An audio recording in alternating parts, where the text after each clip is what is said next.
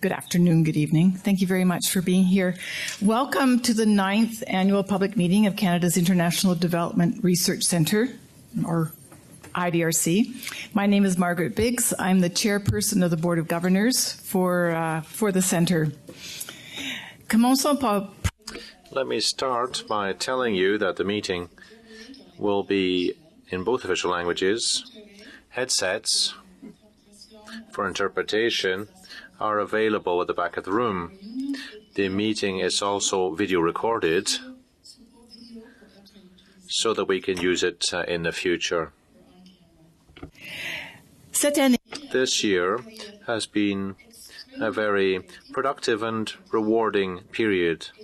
And I'm very, very proud of everything that the Centre has accomplished through its team. Many of them are here today.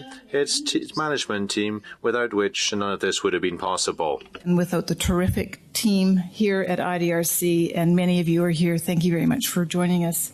And thank you also to my fellow governors, who are also many of whom are joined us here today, for their tremendous dedication and continued commitment to fulfilling their responsibilities to govern on the governance of the Centre and their overall stewardship for IDRC. And if I may, I'd like to introduce those governors who are present with us this evening. My vice, I call him my vice, our vice chairperson, Chandra Mantrabutu. And we have Barbara Trenholm with us, who's the chair of the Human Resources Committee. No, she's chair of the Finance and Audit Committee. We have had a long day. She's the chair of the Finance and Audit Committee. Marianne Chambers, who's the chair of the Human Resources Committee, and John MacArthur, who's the chair of the Strategy Program Performance and Learning Committee. Also with us is Alana Boyd, Dr. Dominic Corti, over here, Scott Gilmore, thank you, and Shainir Kosha. And of course, our IDRC President, Jean Lebel. Thank you very much for being here. The theme of IDRC's most recent annual report is Research for Global Challenges. And whether it's the Sustainable Development Goals, the SDGs, the Paris Agreement, the global refugee and migration crisis, climate change and the implications of climate change, climate adaptation and conflict, whatever, there's just a myriad of pressing challenges that our world needs to solve and needs more evidence and research on. It needs new evidence, it needs new ideas and new innovations to build up new solutions. And it needs the ability to scale those ideas and adapt them to new circumstances. And collectively, as a world community, we're only going to achieve the Sustainable Development Goals if we can find some new solutions to some intractable problems and also new solutions to, unfortunately, new and emerging issues. As we were talking today, we're going to have to bend some curves in terms of the way in which humanity is addressing, whether it's people issues, it's planetary issues, peace, prosperity, whatever. We're going to need to find some new solutions.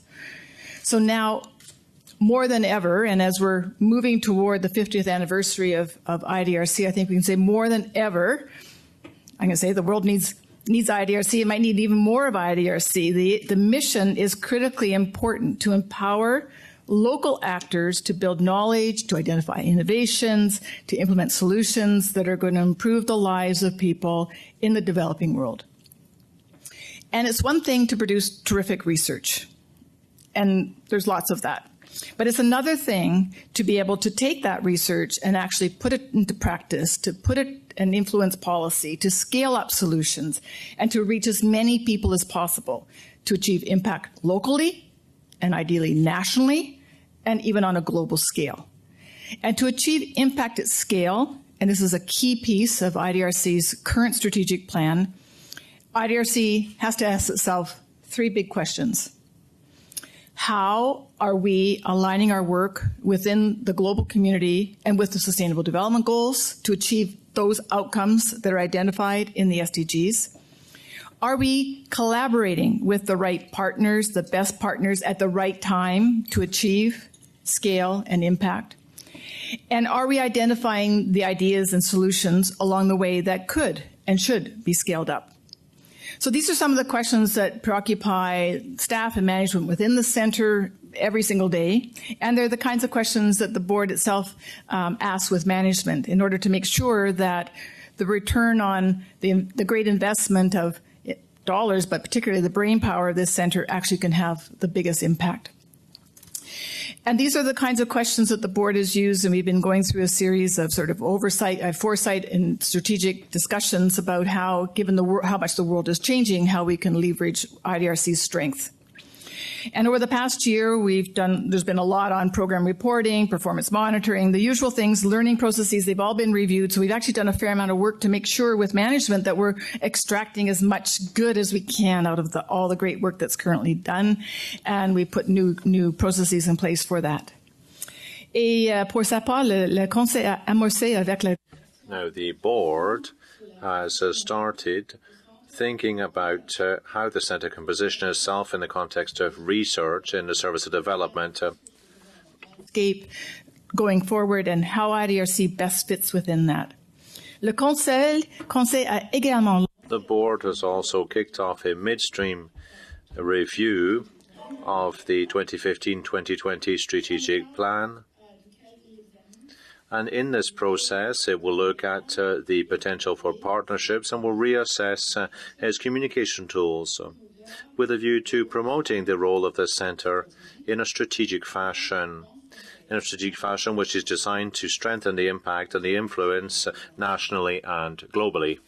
That I just described, and the themes of global impact, partnering and learning, building leadership, scaling up, were on display when a number of my colleague governors were able to go and have a visit in East Africa to look at the research underway there and the kind of impact and the partners that IDRC is working with. And that was in IDRC-supported projects in Kenya, Tanzania, and Uganda.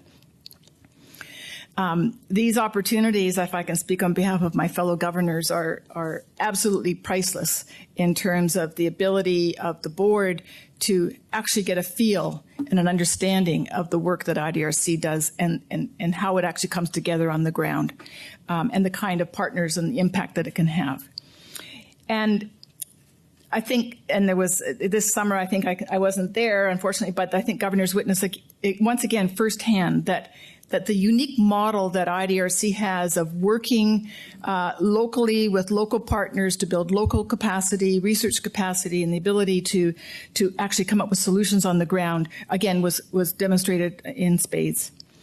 And so in Kenya, for example, governors learned how research is benefiting women and youth in the agriculture sector with the potential to really scale up significantly the kinds of outcomes that can be achieved there. And as many of you know, agriculture is the mainstay, a real bedrock of the Kenyan economy, directly contributing up to 24% of their GDP, and also accounting for a great amount of their exports and a lot of their informal employment.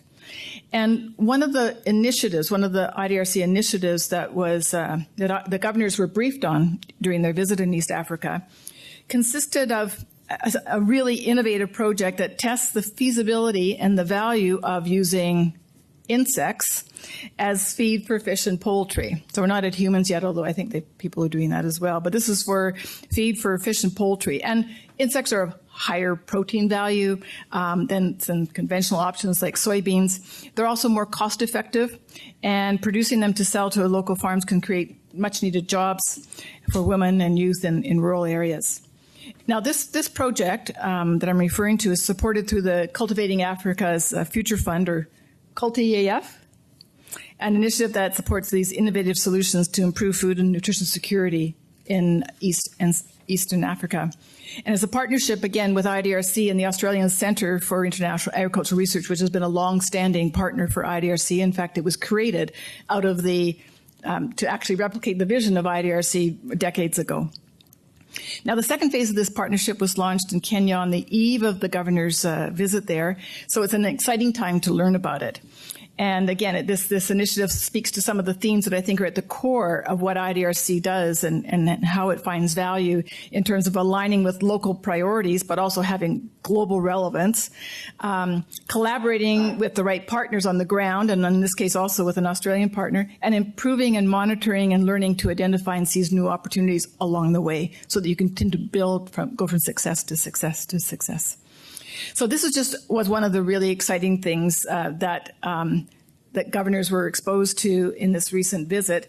And I think we're going to have a chance to learn a little bit more about this. And avant de présenter Before I introduce the president of the IDRC, Mr. Lebel, I'd like to use this opportunity to thank management, the staff, and the centre's partners as well.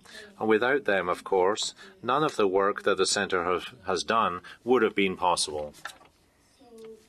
Turn now to John, Jean. We have a John and a Jean to talk a little bit more about what IDRC has accomplished over the last year, and then after that, we're going to hear from two of our IDRC researchers, Robert Hofstede and Sandra Gagnon, who are going to take the podium or speak from the panel here, and they're going to present this a couple of these interesting initiatives so that you can get a feel for the kinds of research and the kind of results and the kind of impact that IDRC can have.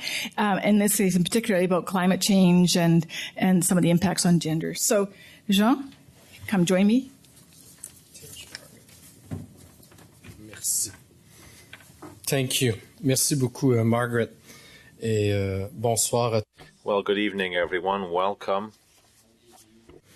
Away with my name that, you will never forget. And I promise it's the last time I'm making the joke. I've overused it this year. Mon nom est Jean Lebel. I'm under the name of Jean Lebel. And at this time of the year, jingle bell.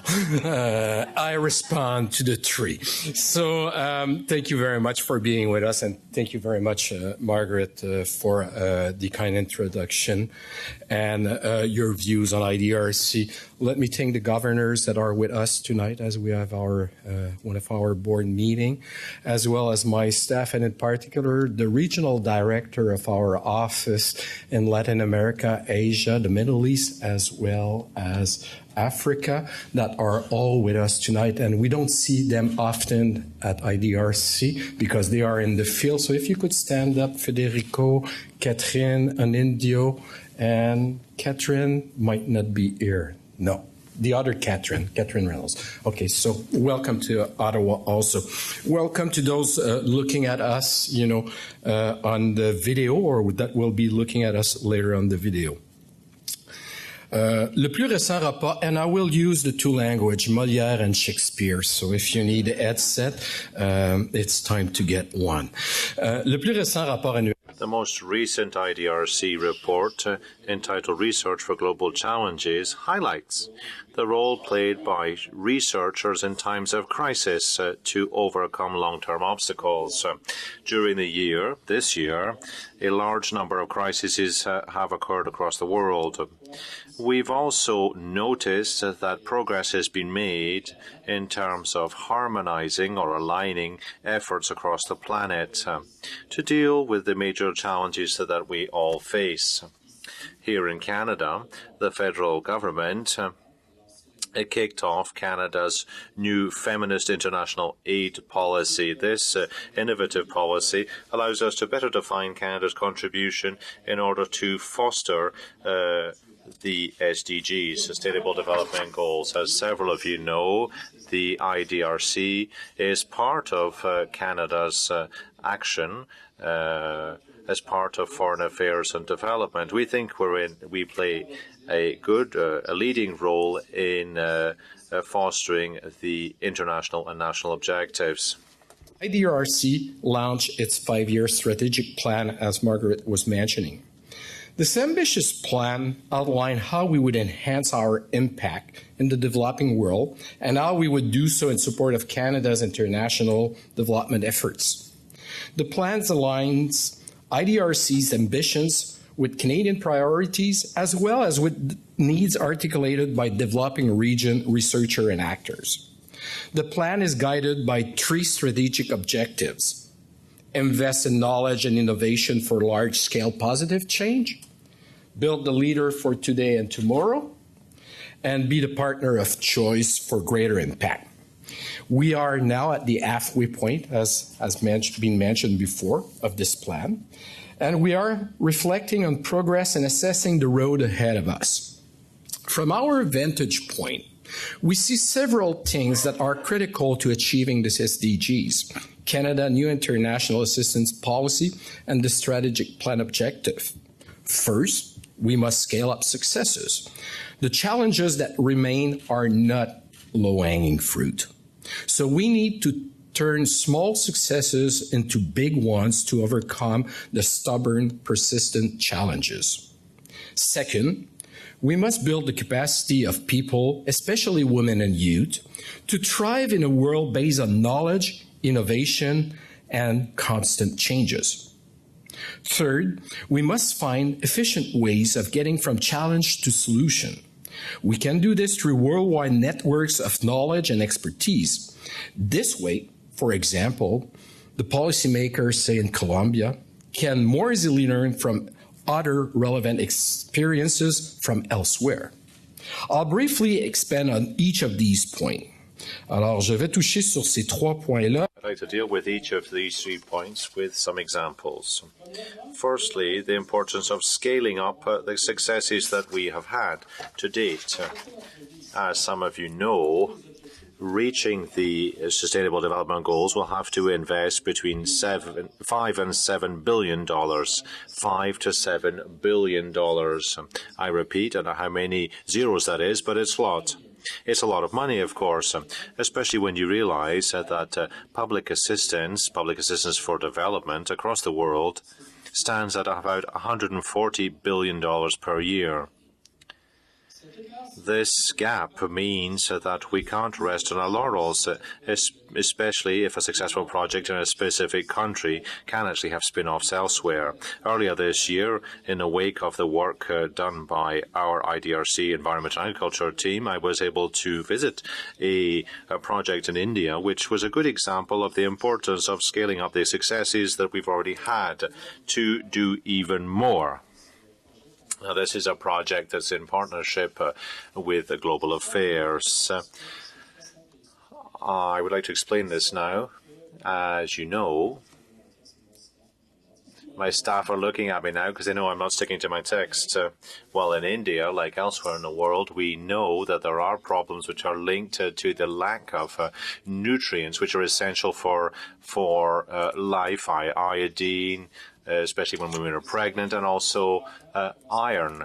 The IDRC, 30 years, started funding research on how we can add these micronutrients to our food, and that's led to an initiative which is called the Micronutrient Initiative, which became International Nutrition. So more than 25 years ago, we invested in a small project, and this small project evolved. It expanded. The Canadian government supported it, had a world impact, especially in India, where the problem was major.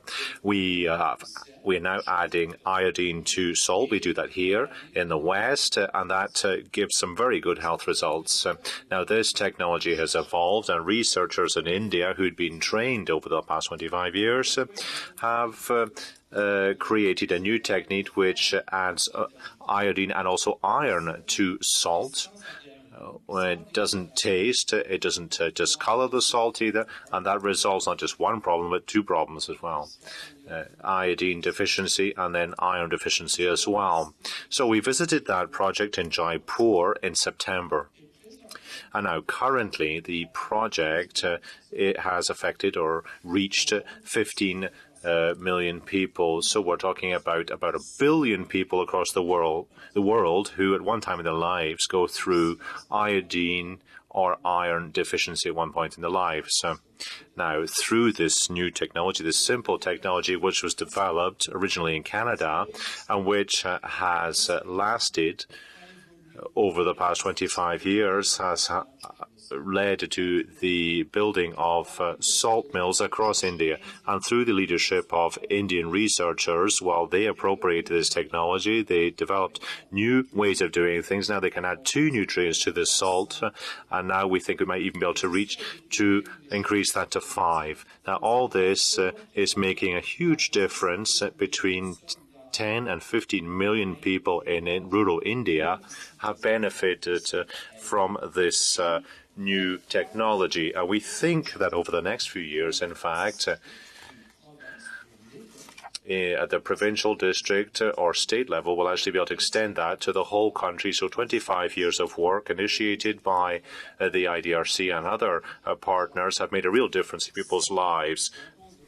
Building the capacity of people to be adaptable and resilient for lifelong. Last week or 2 weeks ago, I was at the Gender Summit in Montreal. And we know worldwide in research we have a deficit of women researchers. They are not present. They are present not in all fields. And they are often facing barriers that are not addressed by whatever program that is built up. We know, for example, that worldwide, at the undergraduate level, women represent 50% of the student. When you start to go up, it's go down. At the PhD level, it's only 28% worldwide. So you have a gap there. You have a leaking effect, where women are not participating. What can we do to enhance this? 2 things that we engage. With the government of Mexico, there has been an identification of a gap for researcher in the field of science, technology, engineering, mathematics, STEM in our jargon.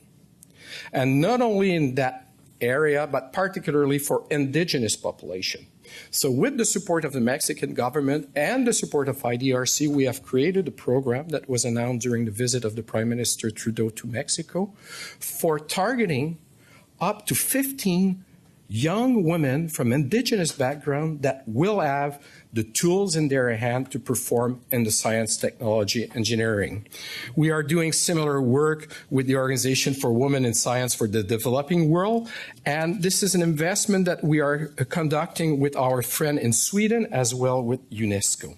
This helped to unlock the potential of people worldwide, especially women, to address, ambition and difficult challenge with the proper training, the proper capacity, which was my second point. Thirdly, j'aimerais vous donner un exemple. Let's give you an example of the way we can find effective ways of dealing with challenges through effective solutions. So this is something that surprised me this year. I was invited by the Inter-American Development Bank to take part in a workshop on the development of education tools to build capacity and to train people to meet their full potential and to be able to find jobs. Now, this has been used to document the means used in Latin America by schools, by teachers, and by the ministries of education to improve teaching. Because, I've learned so many tools are available. We're funding the research. It's a research of what are the tools that are the most efficient in order to raise the capacity of people and for people to be better into their workplace. When you look at the increase of productivity of things like, reducing the size of the classes in terms of learning, it costs quite a lot. The learning is quite small. Research evidence. But if you are providing tablets with the capacity building of the professor or, teaching plan, the learning of kids goes like this and the costs are like this. Now, these are 2 extreme examples. There's a bunch of other things. But why is this fascinating to me? Because it shows that the research is not done out in a lab or on a bench without an application. Over here, you have a team of researchers in Latin America that have surveyed numbers of countries. What are their practice? What work? What doesn't work? What could be palatable? And how do we translate this for who? yes, the research community, but more importantly, for the actor in the Department of Education that needs to make decisions based on the availability of the budget and what works in the context that they are seeing. So we are providing option in order to improve the learning, but also to maintain the cost to a level that is affordable. All of these challenges can seem daunting, but every time I meet a grantee in a community, talk with him in the field or in the lab, or listen to one of our innovative leaders at a conference, and reminded that it's part of DNA of IDRC to find those talent in the field. And this is something that we are doing on a daily basis to unlock this potential, to facilitate opportunity, and to bring our support in lines with the Sustainable Development Goal agenda. We are lucky to benefit from the support of the Canadian government as a Crown Corporation, to maintain a relationship with Global Affairs Canada and numbers of other departments. We are extremely lucky to have had over the years and continue to interact with the recipient in the field, the people that make the difference, be them a researcher or a policy actor in developing a region of the world. And all of this wouldn't be possible without the stewardship and the strategic angles that is provided by our Board of Governors, but also by our expert staff. And I want to recognize and acknowledge the contribution of IDRC staff in this journey at all levels, not only in program, also in administration, also in communication, also in IT. And I'm going to forget some group, and you know someone's going to tell me, you haven't mentioned me at the annual public meeting.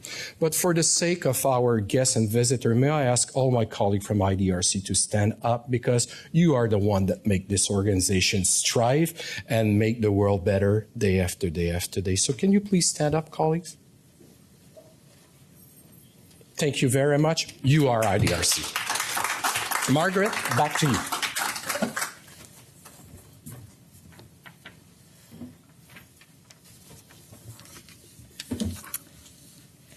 Thanks very much, Jean. Now it's my pleasure really to introduce two of the IDRC stars here today, Robert Hofstad and Sandra Gagnon. Robert's the Associate Director for Climate Change at IDRC.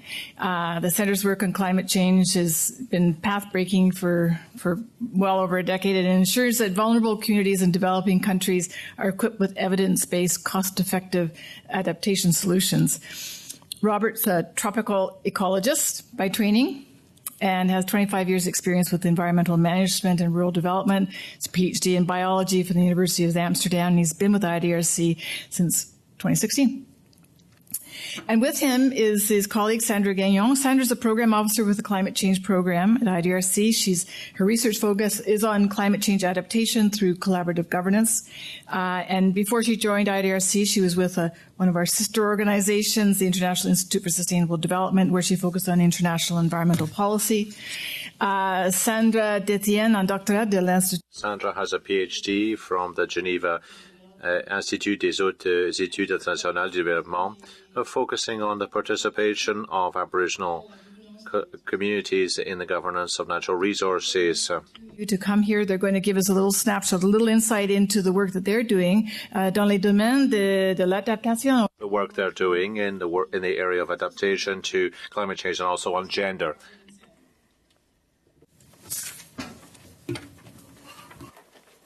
Thank you very much.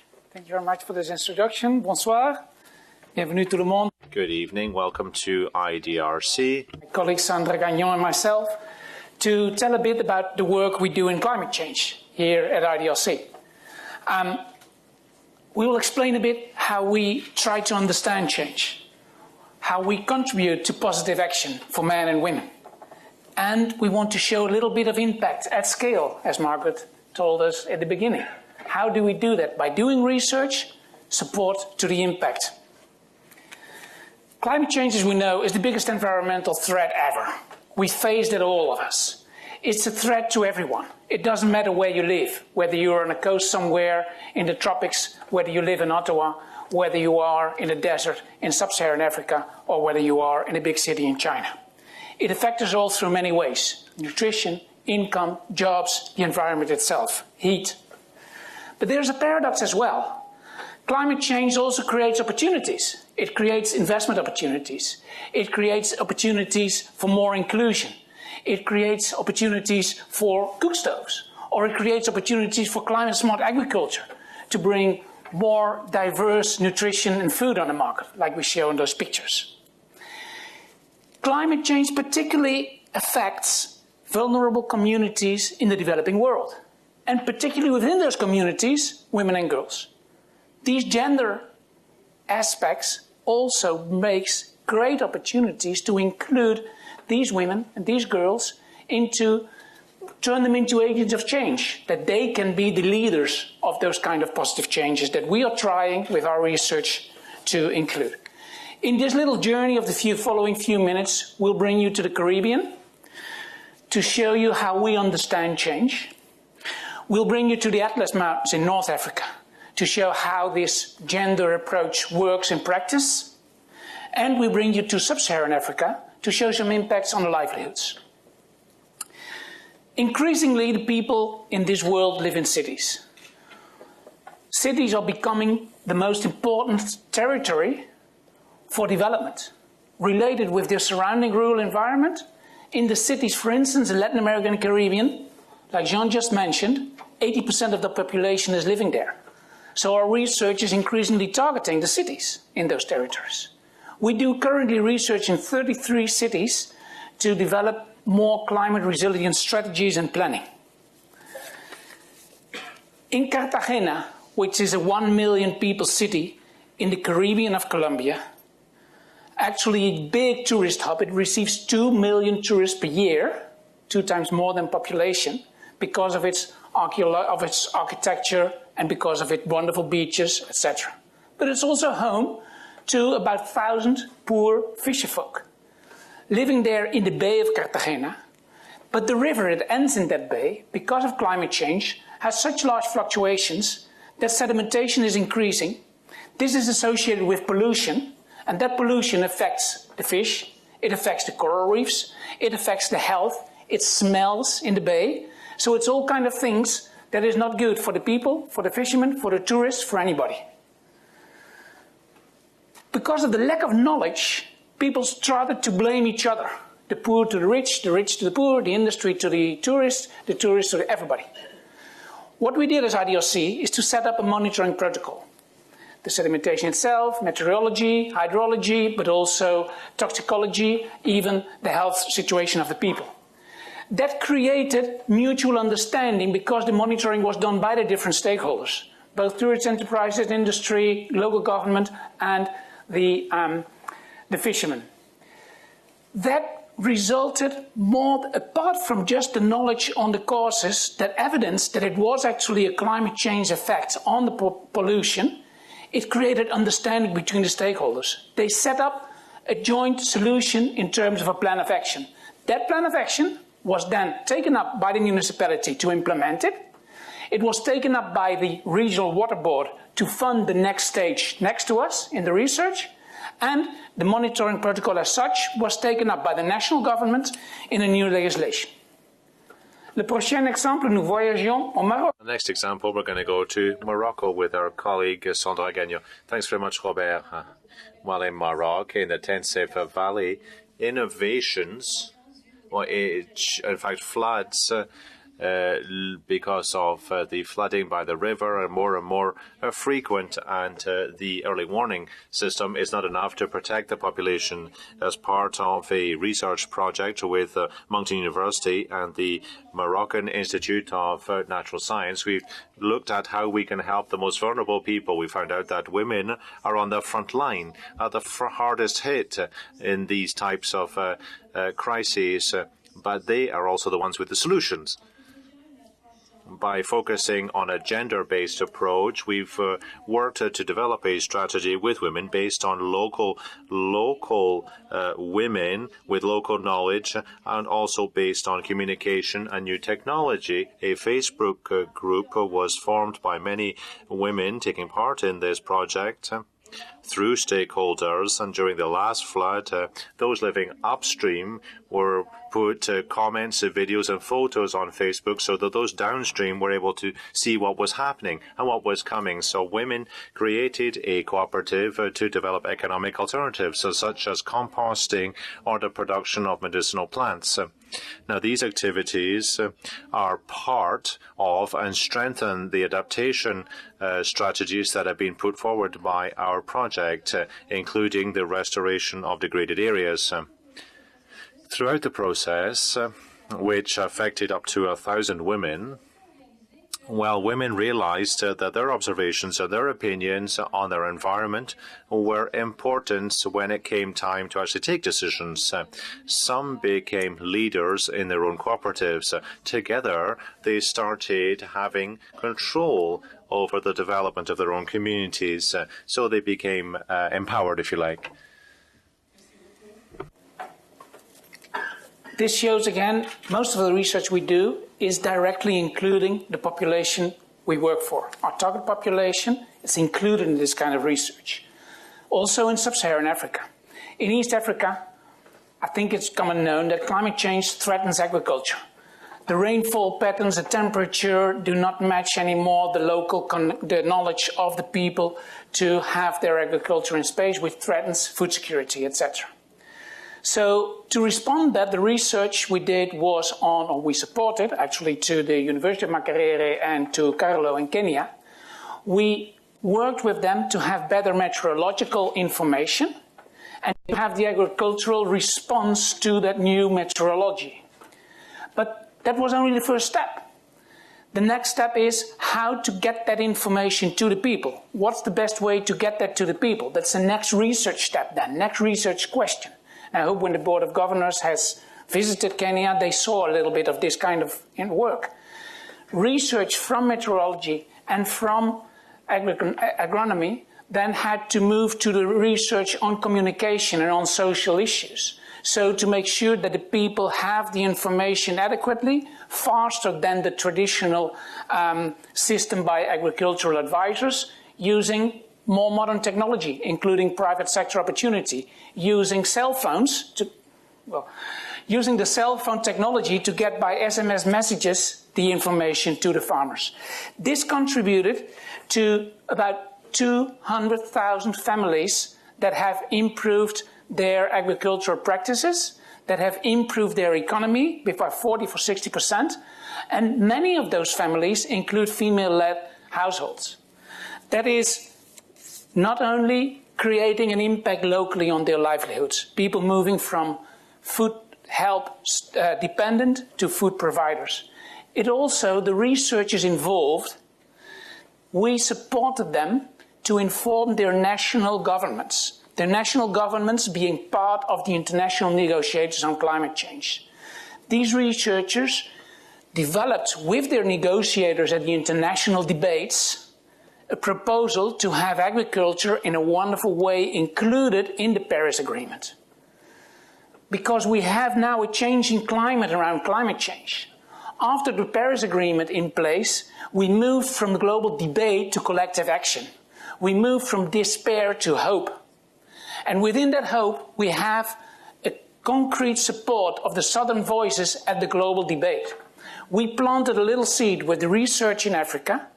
The negotiators were informed by our researchers, and they managed that last week in Bonn, where you were with 5 or 6 people of us supporting these researchers, to be able to inform the negotiators at the Global Climate Change Convention that this agricultural proposal has been included now in the Paris Accord. That was only of last week, and there are now opportunities, much more opportunities, that the international collaboration, the international support includes the small-scale agriculture in Africa as well.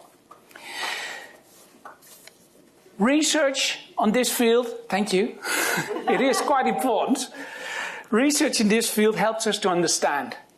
I think that we've shown that we're doing research in technology, we do research in meteorology, we do research in hydrology, we do research in the climate itself, we do social research, economic research, all related to climate change. The research creates opportunities, it identifies opportunities, and it identifies the barriers to apply these opportunities, to bring their solutions to scale. The collaboration with all these local research institutions creates leadership, creates people who can bring the solutions into practice. That's not from one day to another. Over the last 10 years, IDRC have invested over $200 million in doing this kind of research on climate change all over the world. Including that was about £16 million in a partnership with the UK that trusted us to do part of the global research in collaboration with them. These were only 3 examples. We've got a catalogue of 260 different solutions. For the following year, we are committed to try to apply these solutions, scale them, and make sure that they're financed. Because this is a unique opportunity to have IDRC's research, have the Canadian contribution, influence the global debate on climate change. Thank you very much.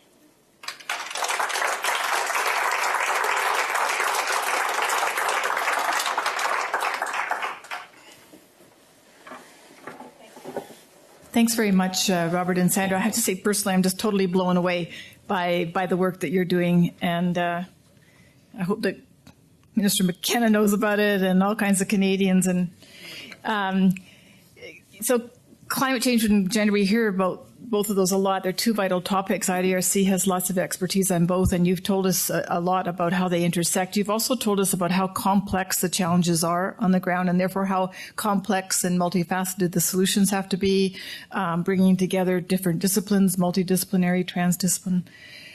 You told us how you involve local people in your actual research, and also how you work to build local capacity and local leadership around this issue. And then you've also told us how IDRC can take its local work and take it all the way to the Paris climate change negotiations and have an impact at the global level. So I just want you to know in the audience, I mean, this is a great example, but it's not just cherry picked. There's lots more like this in the cookie jar for IDRC. So thank you very much for that. That was a great illustration of IDRC's work. So now, ladies and gentlemen, thank you for being here again, and thank you for your attention. And we hope you found the presentation in particular very enlightening. And c'est votre tour maintenant. Now over to you. It's your turn. We're very pleased to answer your questions in either English or in French. If you need, you can get a headset at the back of the room if you wish to listen to the interpretation. Phones that you can come to ask your questions, and just please introduce yourself and tell us who you are so we know who's in the room. And just questions for anybody up here, particularly probably for the interesting, for Robert and Sandra. They're probably the most interesting, but for Jean and myself as well. So please, over to you, and have at us. Any questions that you may have.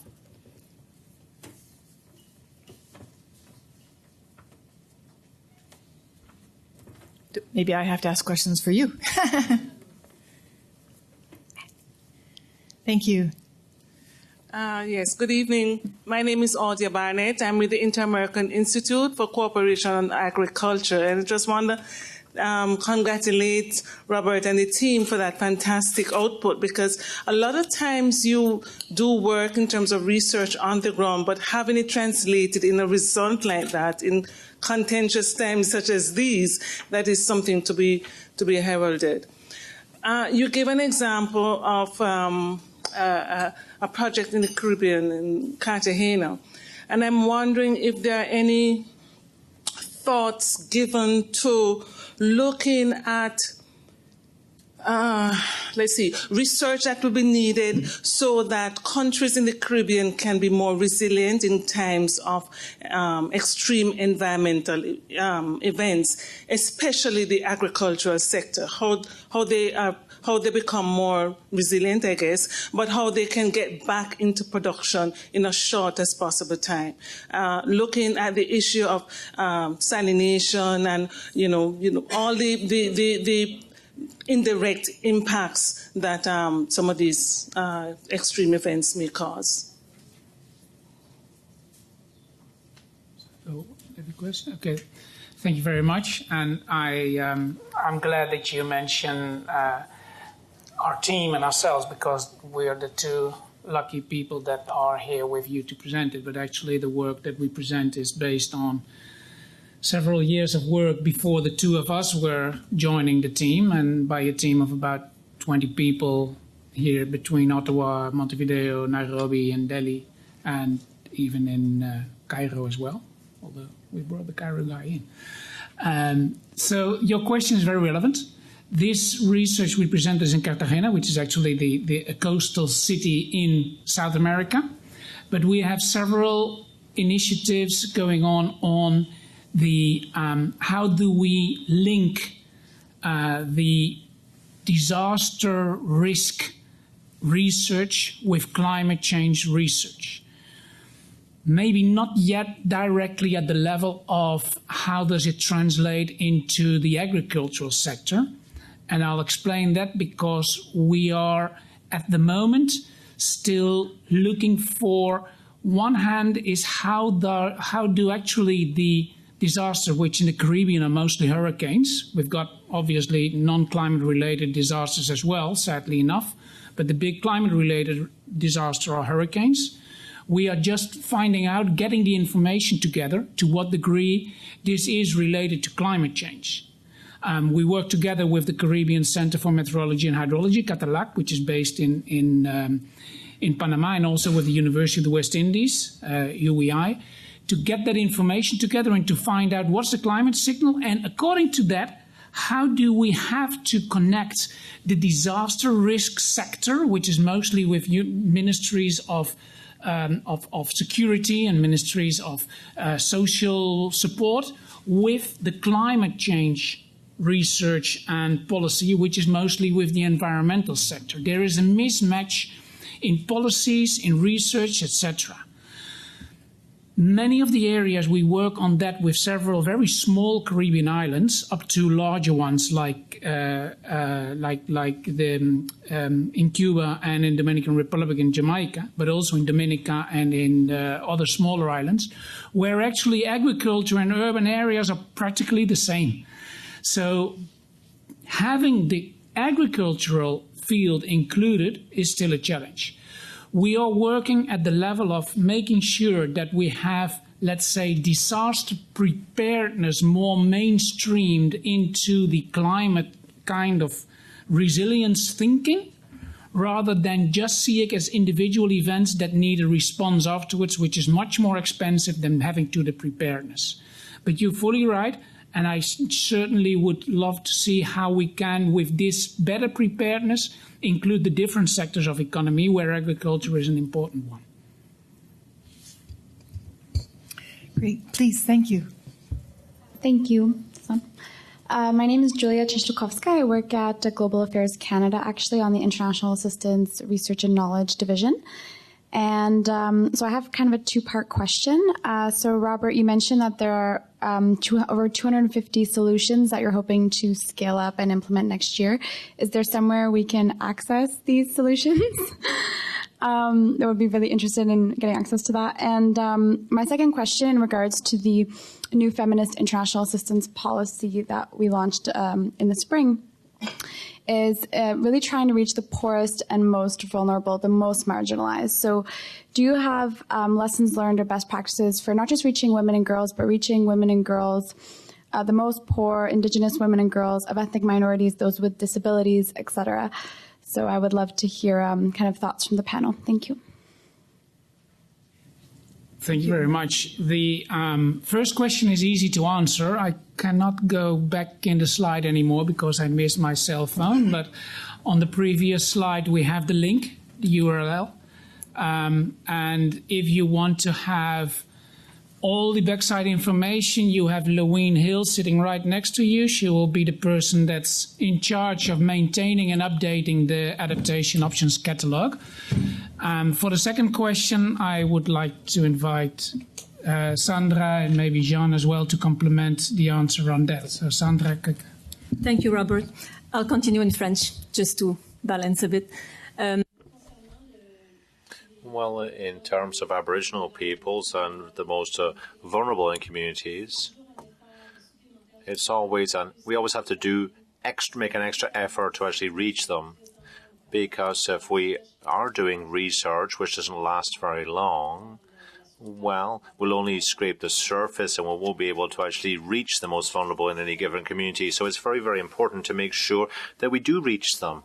And one of the ways of doing that is to be on site and actually reach out to these people, and not only to really rely on what leaders or government representatives tell us. We actually have to speak to the people themselves. So speak to people themselves, and this is what we're doing. We're working with people themselves, communities themselves, and it's by talking to them, really, that we're able to create a connection, have a real impact. Perhaps Sean would like to add. Was pointing towards the learning and how do we aggregate the information. And you know very well, because we have been in the same meeting, that through our conversation with Global Affairs, this is one of the areas that we have decided to collaborate further. And today we had a strategic conversation with our board and senior management. And one of the aspects that is coming across is the gender dimension, the women's and most vulnerable group, and what are we learning beyond the individual project. And that seems, an easy question to answer, but, it's a question that needs a reflection and an aggregation. At IDRC a few years ago, through our external evaluation process that we go regularly, it was clearly identified that we had some shortfall when it was to come to, gender integration in our research project. We took this at heart and start looking, at how we can refine our programmatic process in order to integrate this. And now across the board, we have this being integrated. And this is a great alignment with the Feminist International Assistance Policy of the Canadian government. The next step is what you're alluding towards, the sharing. And we are right now, trying to see how can we aggregate this and see, do we go beyond the SDGs that is only a goal? And start to think about what is this leading in terms of development outcome? What is the big impact, the big change that we want to do? Can we have, situation where women's economic empowerment is going to lead to improve outcome on education and health? We think so. But we need to have these demonstrations at a scale that makes a difference in order to have further development of policy that makes sense and, clearly help us to achieve some of these goals and also our ambition as a country, but also the ambitions of the people that are out there and that are living the challenges in real time, in the real world, with reality that is around them. Thanks. Merci, thanks, Jean. I think we'll go to phone next, please. Thank you. Hi, my name is Colton. I'm a graduate student at University of Ottawa. First of all, thanks to the presenters for the interesting insight, especially on East Africa. I was in Uganda in the summer and I could see firsthand some of the climate change impacts. So it's very interesting work. My question perhaps would be more so for Mr. Lebel or any of the other panelists, I guess. There was already mention of focus on the very most vulnerable people in line with the international assistance policy. However, I was just curious about what provisions are made within IDRC's work for the active participation of youth, especially in the areas you're working. There's vast, there's a real demographic bubble in a lot of these countries, especially, as I mentioned, in Uganda. The median population in Uganda is 15. So there's a real need there for, I think, the active participation of youth in research and action. And I'm just wondering what kind of provisions you guys are making for that. Yeah, well, very good question. We have presented you one work related to climate change and the complexity dimension of this. We have three programming streams, one that revolves about inclusive economy, one about technology innovation, and one about agriculture and environment. And within each of these program areas, there are a stream of work that are taking place. There are activities that are conducted directly in relation to youth because, as you are expressing, there's a youth bulge, in Africa, in Latin America, in the Caribbean, in Haiti, for example. This is a critical. It touched multiple aspects. We have part of programming that touch on education. We have part of programming that touch on maternal, newborn, and child health, particularly in young women. And we have also aspect that relates to the economic empowerment and the transition of the economy and the future of work in an economy where, we are not really sure what it will look like. I think of Asia, I think of Africa, I think of Latin America, I think even of here. And where if we don't study this now, in order to understand better the context, we will face the problem, 10, 15, 20 years down the road. So for more detail on our youth programming, after the meeting, I would guide you towards Federico over here, who is our acting vice president for program, or to me, and we can discuss at length. But this is a consideration that we have across our programming. Thank you very much for the question. Thank you. I'm just going to take two next questions, if that's okay, and then we'll answer, and then we'll go to the rest. Over here, please, sir. Thank you very much. My name is Kagel Maso. I work for the International Nitrogen Initiative, and recently I was working for the International Institute of Tropical Agriculture. I have had the chance to collaborate on one of the projects of IDRC, so I'll join the others to congratulate you for the great job you are doing. Then, having said that, I have two comments or questions. You take them as comments or questions, depending on how you like it. The first one, you have been on ground and you know how much needs is over there. The president of IDRC has said how many billions we need. So my question is, how do IDRC works with donor organizations to support the people on the ground in developing countries to minimize the so-called duplication of efforts, because it's almost a loss of efficiency? And the second one goes to Robert and Sandra. Congratulations for the great job. And just for being curious, for people who are interested to contribute to the type of work you are doing, what are the opportunities to join your team? Thank you. Thank you. Sir, why don't I take your question too, please? Thank you very much. César Ndemamoussa, président de l'Union caribéenne du Canada. I'm the president of the European Caribbean Association. You have partly answered my question, but it's regarding the fact that you have addressed effectively the environment. You have addressed gender issues, and that's very good. I congratulate you as well. But I would like to hear you more, or at least if you have some documents, or maybe I may have to be directed to the Vice President as well, because I wanted to stress on the question of the population boom in Africa and the impact. President Lebel pretty much addressed that regarding youth, but in terms of how are you, what are you exactly doing when we're talking in terms of, for example, the health of soils in terms of food production and also super grains, but as well in terms of socioeconomic and development in terms of rights. Maybe I'm going too far, but I'm saying this in relation to, I'm sure you know about this, India, when we talk about the relation between poor quality of soils, the monsoon, and height in suicide of farmers and the impact in terms of femicide in the population. I'm sorry for being a little bit complex, but thank you very much. Thank you very much. Thank you for that interesting, complex question. So I'm going to, we have a couple things on the table here. Jean, do you want to start? Yeah, and very briefly, thanks for the kind words and, my regards to people at IITA, the International Institute of Tropical Agriculture. How do we avoid duplication? How do we partner? Part of our strategic objective is to do more partnering. Two fronts. One, on the substantive aspect, the knowledge base, the people that are working on similar issues, researcher, agency. Second, can we grow the pie in order to have the resources that match the need for the research that needs to take place in the field? And that we have improved dramatically over the year.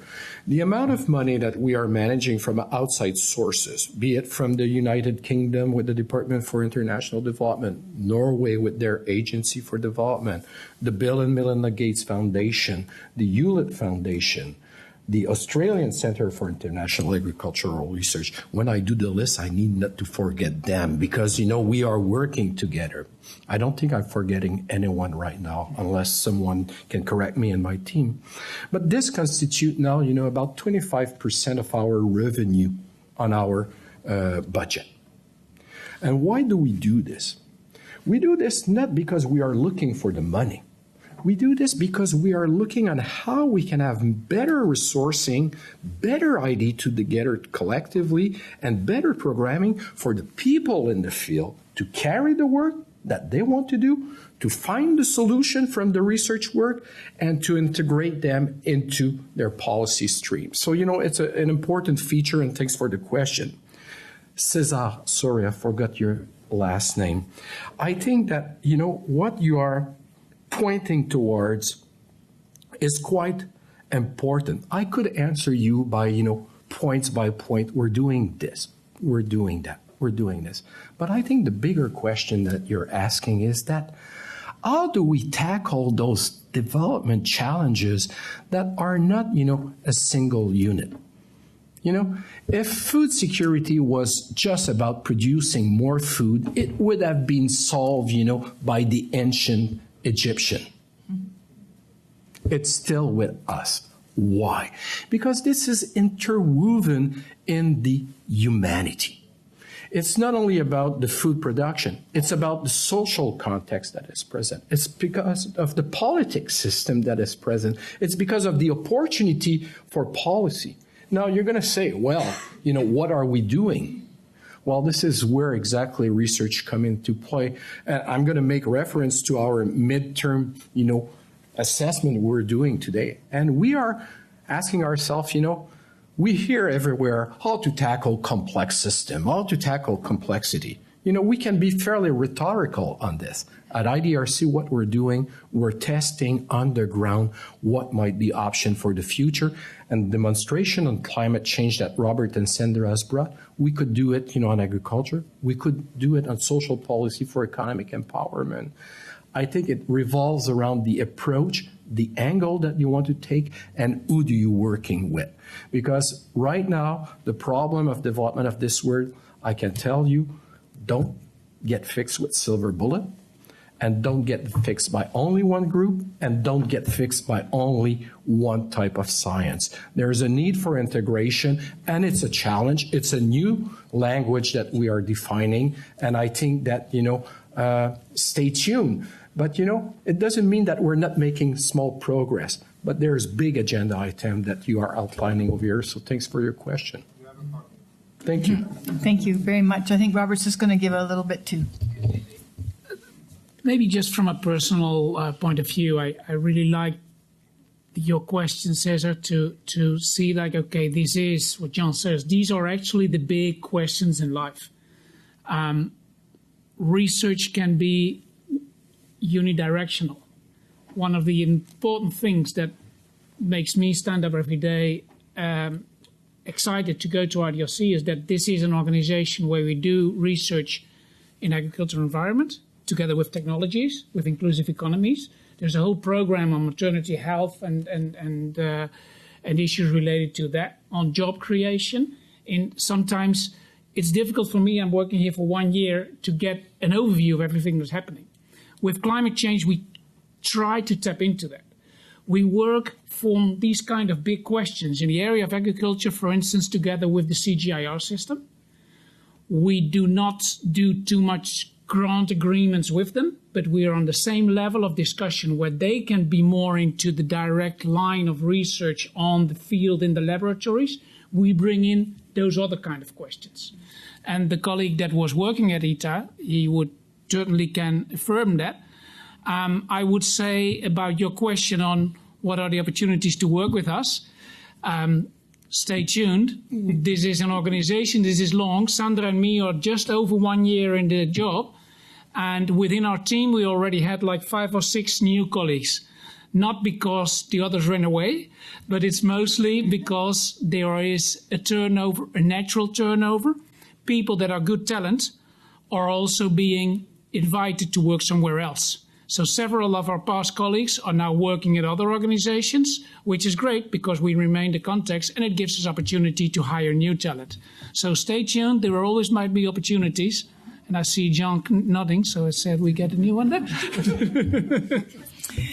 Thank you for that. Why don't we take the next two and then we'll and answer those. And then there's always an opportunity at the end of the meeting to mingle and talk to staff, etc. So why don't we take the next two, please, Margaret? Thank you. My name is Margaret Huber. I head up the Canadian International Council's National Capital Branch. I have a quick comment on climate change and youth, an accolade, and a hope. On climate change and youth, and going back to a comment from an earlier questioner, I would note that very soon on November 27, our youth affiliate, the panel, in fact, is hosting a panel discussion, networking evening on the topic of, are we ready for the coming climate change disasters? And this is, of course, not only of interest to the youth organizers of this event, but to our many increasing number of youth members and associates for CIC. The accolade is to IDRC because it's thanks to their support in recent years that we have been able to reach out as much as we have to youth on international questions of interest to Canadians, including, of course, climate change. And the hope, Robert, Sandra, and other IDRC colleagues, is those of you who have time, please join us on the 27th. The details are on our website, because the youth who will be there in great numbers on that occasion need to hear some positive notes, not just the disaster scenarios. So thank you very much and enjoyed your presentation earlier. Thank you. Thank you, Margaret. Thank you. Yes, please. Thank you. My name is Philip Onguni. I'm an independent researcher in the area of international development. And I guess my first question would go to Jean Lebel.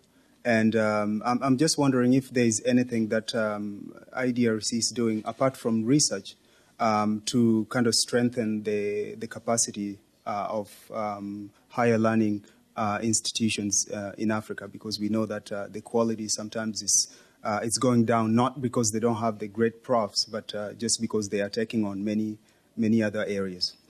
The second question would go to Sandra and Robert.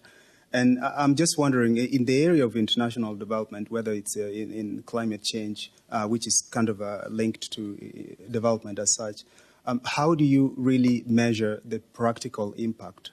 Or how do you measure meaningful impact or success, if you will, related to all the research that you're doing? Thank you.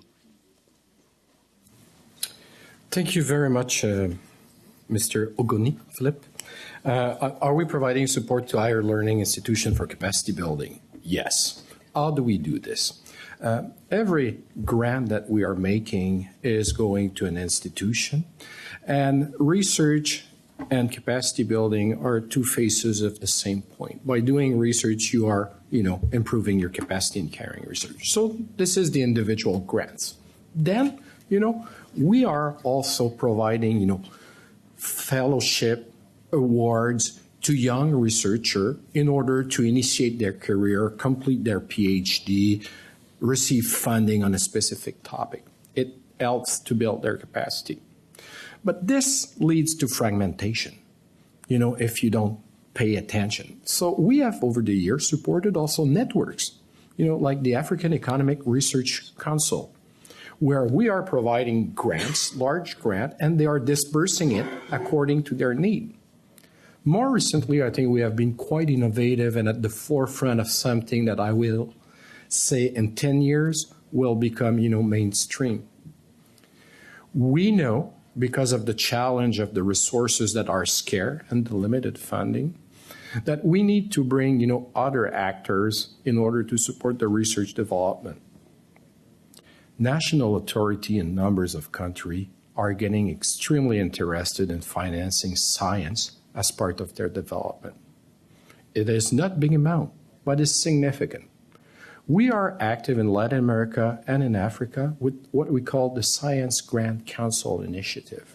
We work with national authorities that are providing resources for their researcher to build up their capacity to be 21st century institution. You know, how do you make the grant? How do you have selection process that are transparent, that are competitive? How do you build a culture of evaluation? How do you plan succession? And through that, we have found things like Government of Kenya creating the first 2 research chair in their country with their investment. We have found Tanzanian Commission on Science and Technology investing with IDRC, on providing support to engineer. We are looking into how we can translate this with an initiative that we call the Think Tank Initiative, that is providing you the space for thinking, planning, research, and providing independent advice to government, among other things, on how to develop higher education, more efficiently. It's a small effort. There is so many things that we could do, but these are illustration of actual work, and I think the work with the Granting Council is really trailblazing with institutions from South Africa as well as from the UK in terms of what's next on the agenda in higher education. Support for national authority in order to develop those capacities. Thank you for your question, and I hereby ask for another half an hour of time to explain how we measure adaptation. No, I'll resume it. It's actually one of the most actual questions that we are dealing with now in the whole climate change field. Since '97, Kyoto, we talk about mitigation, how to reduce carbon emissions, which was a piece of cake to measure compared to what we face now. It's about tons of carbon and the price of those tons of carbon. Every activity you could measure with tons of carbon emission reduced or carbon equivalent in terms of methane. Now we're facing adaptation. Since Paris, we're putting adaptation and mitigation at the same level. Actually, from a southern point of view, they're completely mixed. Climate smart agriculture is adaptation and mitigation together. More effective energy provision to the poor is mitigation and adaptation together. How to measure it, there's now the big challenge. After Paris, there's a huge opportunity for the whole world to work on adaptation, to invest in adaptation. Not only invest in money, but also invest in efforts. So how would Global Affairs Canada, how would the World Bank, how would a private investor invest in climate adaptation? He wants to see what do I put in and what do I get out. And not only in terms of money, also what do I get out in terms of jobs? What do I get out in terms of amount of people that I include? How do I get out in terms of hectares of land, arable land, of conservation land that I want to serve? That's a big question. Until now, we have done much research with the simple indicators you use for research, like in our direct impact, what is the amount of people involved? We do financial research of return, risk, and investment, and we do spatial research, and we do on hectares, etc. Upscaling means that you have different dimensions and different indicators to be included in that. Now, you already noticed that that's a real challenge, and I'm very passionate to discuss all that. I don't have the answer yet, but we're working on that. Then I invite Sandra to talk a bit about the invitation on the importance of the youth in this hope building. Yeah, I would just like to come back on measuring and linking to youth aspect. Yeah, we don't know the answer yet how to measure adaptation. And it's, as Robert said, we can measure how many people are impacted by our projects and this kind of thing. But at the end of the day, is how it change their life. And in this Moroccan project I described just before, I was there a month ago and I could meet with the women that were in this project. And actually they were young. They were like less than 20 years old. And for them, it was not just a question of taking the space or political space that were occupied by others before or whatsoever. It was for them to build their future and to change the local future around them. And not only just the few of them, there were many in the whole valley. So there's a possibility to reproduce them, this type of result. And their Facebook pages and the way they communicate now, being young and having all this passion, it can go very far. And I think, it links to the possibility for the youth to really get involved and have a possibility for them for a nice future that they can build themselves. Last word. Madam Chair, because communication is at the center of what we're doing for the audience. Mitigation, adaptation might sound jargoning. Let me explain. Mitigation is everything that we're doing in order to reduce the greenhouse gas emission, cutting the emission at the source, the combustion of fossil fuel. Adaptation is everything that we do in order to adapt to the changes that are taking place. One is a technology-driven agenda. The other one is a human factor agenda. And that's the one that we have been presenting and concentrating, just for clarity of the adaptation and mitigation. Thank you, Monsieur Lebel, Jingle Bells. Thank you very much. Thank you for the great questions, and thank you for the great answers and the tremendous presentation, for letting us have a little window into your very important work. This marks the end of the official part of the program this evening. Thank you again for coming and for showing your interest and support for the work here and asking some terrific questions. Please stay and linger and have questions, talk amongst yourselves, and grab on to Federico. He's going to stay till midnight and take all your questions. Thank you again. Next year. Thank you.